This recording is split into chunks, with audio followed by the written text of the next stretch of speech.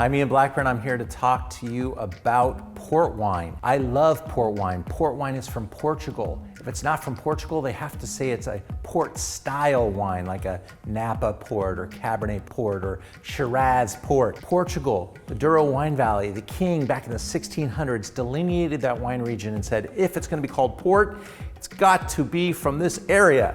He was the first ever to do that. That's genius. There's two types of port wine, rubies and tawnies. We're going to talk about rubies right now. They take the Portuguese grape varieties, they dance on them for a couple of days, and they start to ferment. Then they add a liqueur like a brandy spirit to up till it's about 20% alcohol. Kills off all the fermentations, leaves some residual sugar, and that's how you got port wine. They send it into 2 years in wood, 2.5 years or so. They bottle something like a multi-vintage, non-vintage, a blend of prior and current releases, making it fast, furious, and inexpensive, a delicious non-vintage port.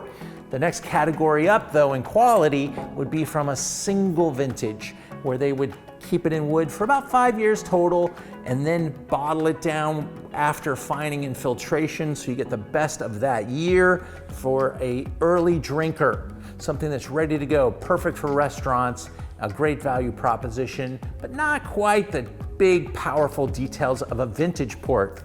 Ironically, if it's a great vintage in Portugal, they'll blend all their grape vineyards together and make one epic wine from the house. And so like a great vintage like 77 or 61 or 94, these wines are really coming into their prime right now.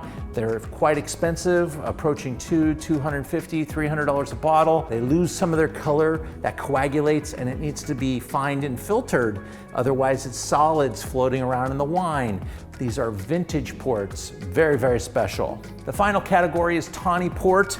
There are different tawnies, 10, 20, 30, and 40. And believe it or not, they're not 10 years old, 20 years old, 30 years old, 40 years old. They are blends that taste like they're 10, 20, 30, and 40. They are very expensive because the evaporation takes away quite a bit of that wine. And so these get more aged in character, more nutty. They are a beautiful, almost caramel type of an experience. And I love my tawny ports, but they are really getting expensive.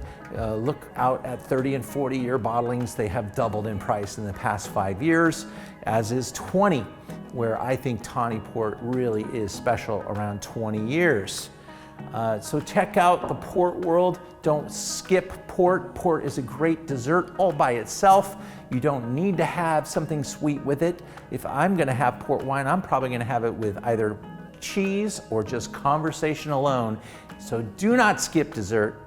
Have a port wine.